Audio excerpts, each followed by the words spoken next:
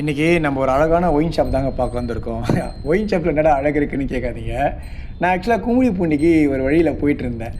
அது எங்கன்னு பார்த்தீங்கன்னா ரெட்டாம்பேடு அப்படின்னு சொல்கிறாங்க அந்த ஊர் பேர். அந்த ஊர் வழியாக போயிட்டு இருந்தேன்னா சுற்றி ரொம்ப பச்சை பசேல்னு பார்க்க ரொம்ப ரம்மியமாக இருந்தது. ஒரு பக்கம் பார்த்தீங்கன்னா இப்போ தான் நெற்பயிர்கள் வச்சுருக்காங்க, வயல்வெளி அழகாக இருந்தது. சரி, அதுக்கப்புறம் லெஃப்ட் ஹேண்ட் சைடில் இறங்கி வீடியோ எடுக்க போகலாம் அப்படின்னு சொல்லிட்டு உள்ளே போயிட்டு இருந்தேன். 4 பக்கமே சுற்றி உங்களுக்கு பச்சை பசேல் இருந்தோடனே பார்க்கவே ரொம்ப ரம்மியமாக அது. நம்ம Insta360 X5 கேமரா மூலிமா வீடியோ விஷுவல் எடுக்கலாம் அப்படின்னு சொல்லிட்டு பொறுமையாக உள்ளே இறங்கி நடந்துட்டு இருந்தேன். அப்புறம் வந்து பார்த்திங்கன்னா அந்த சூரிய வெளிச்சம் இறங்குற டைமில் தண்ணி பாய்ச்சறது, அந்த ஃப்ளாரு, இதெல்லாம் பார்க்கவே ரொம்ப ரசனையாக இருந்தது. இன்ஸ்டாகிராமில் வீடியோ அதிகமாக போட்டிருக்கோம் இல்லைங்களா, அதனால் என்ன பண்ணலான்னா அப்படியே எடுத்துகிட்டு இருக்கலாம் அப்படின்னு சொல்லிட்டு ஆரம்பித்தேன்.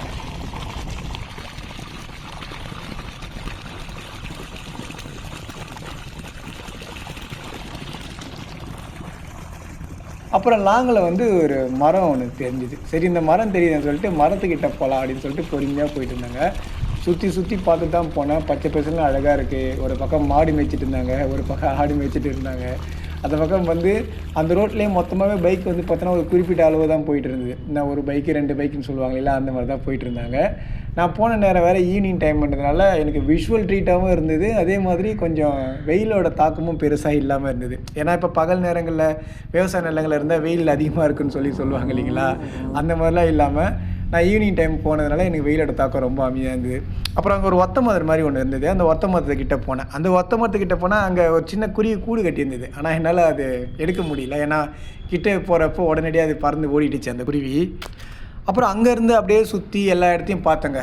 வேறு லெவலுங்க, செம்ம கிளைமேட்டுங்க, சூப்பராக இருந்தது. கண்டிப்பாக நம்ம ஒரு வீடியோ எடுத்தே ஆகணும்னு சொல்லிட்டு ஃபுல்லாக வீடியோ எடுத்துகிட்டு அப்படியே வெளியில் வந்தேன். இன்னும் கொஞ்சம் தூரமாக நடந்து போகலாம் அப்படின்னு சொல்லிட்டு அந்த பக்கமாக ரொம்ப நடந்து உள்ளே போயிட்டே இருந்தேன். கும்பலாக வந்து வெளில வந்தாங்க. ஒரு பக்கம் வந்து பார்த்திங்கன்னா ஒருத்தர் பாட்டிலாம் பிடிச்சிட்டு வந்தார். என்னடா பாட்டிலாம் பிடிச்சிட்டு வர்றாரு அப்படின்னு சொல்லிட்டு அப்படியே கொஞ்சம் லாங்கில் பார்த்தா ஒரு வயல்வெளி நடுவில் சின்னதாக ஒரு வீடு செட்டு போட்டால் எப்படி இருக்கும் அந்த மாதிரி இருந்ததா. சரி, ரொம்ப சுவாரஸ்யம் அதிகமாகிடுச்சு.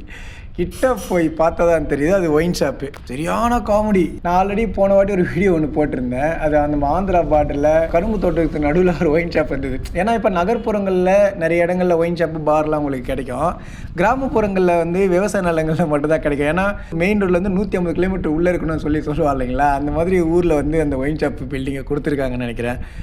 செம்ம அழகாக இருந்ததுங்க. உள்ளே போகிறதே ஒரு மண் ரோடு, இந்த பக்கம் ஒரு ஒத்தப்பனை மரம் அப்படின்னு சொல்லிட்டு அப்படியே ரசிச்சுட்டே போயிட்டே இருந்தேன். கிட்டே எப்படி இருக்க போது ஒயின் ஷாப்னு போனால் நடுவில் நம்ம சில நண்பர்கள் வந்து மடக்கிட்டாங்க. தலை என்ன பண்ணுற, நில்லு என்கிட்ட பேச அப்படின்னு சொல்லி பேசிகிட்டு இருந்தாங்க. அவங்க என்ன பேசுகிறாங்க நீங்களே கேளுங்களேன். விஜய் கிட்ட சொல்லுப்பா, சொல்லு.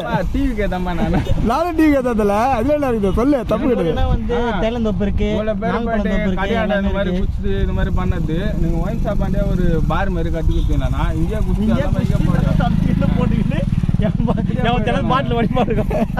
சாப்பாண்ட வந்து குச்சேனா உன்னால குடிய விடவே முடியாது.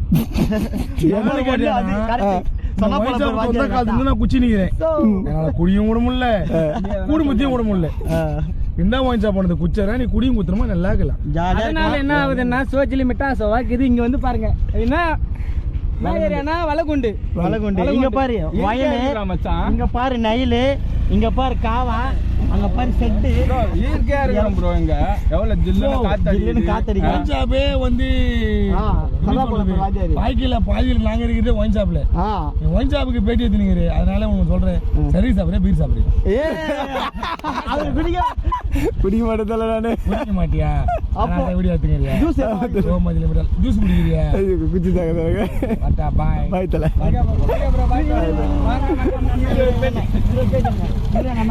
ஒயின் ஷாப்ல எப்படி தான் இருக்குது நீங்கள் குடிக்கிறப்ப? குடிக்கிறதுக்கு எப்படி இருக்கு? இயற்கையா வாங்கிட்டு வெளியே போயிடுறேன்.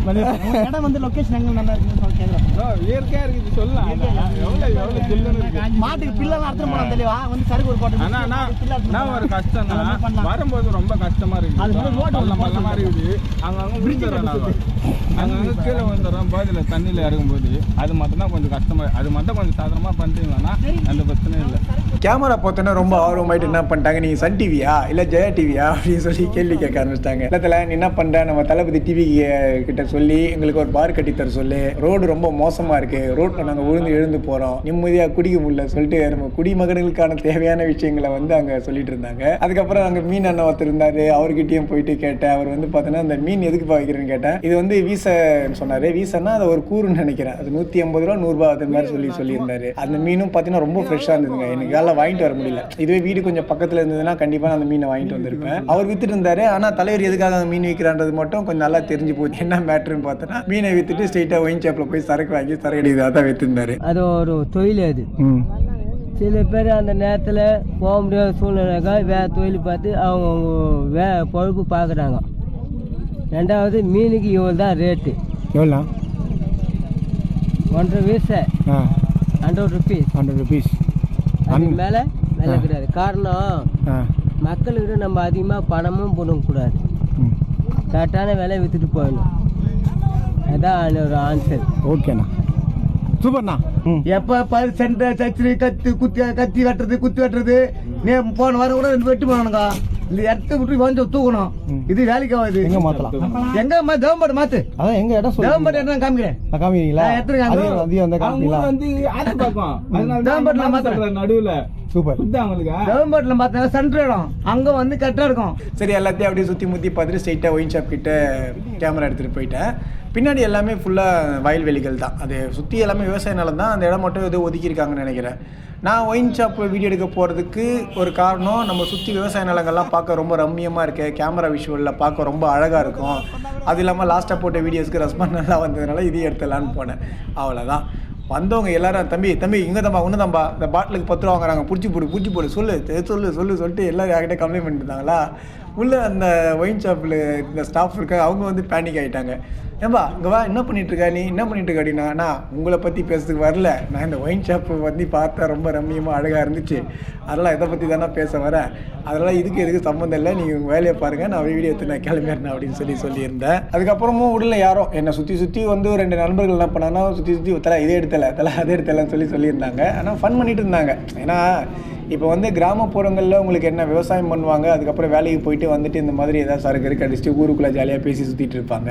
இப்போ நகர்ப்புறங்களில் பார்த்தீங்கன்னா ஓடிட்டே இருப்பாங்க, திடீர்னு ஒரு ஏசி பாரில் உட்காந்து குடிப்பாங்க. ஆனால் இங்கே பார்த்தீங்கன்னா அந்த பிரச்சனையே இருக்காது.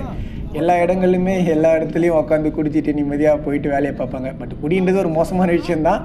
எனக்கு அந்த லொக்கேஷன்ஸில் இதெல்லாம் பார்க்குறப்போ ரொம்ப ரசனையாக இருந்தது. அதை பற்றி தான் உங்ககிட்ட ஷேர் பண்ணுறேன். இந்த வயல்வெளி எடுக்கிறேன்னா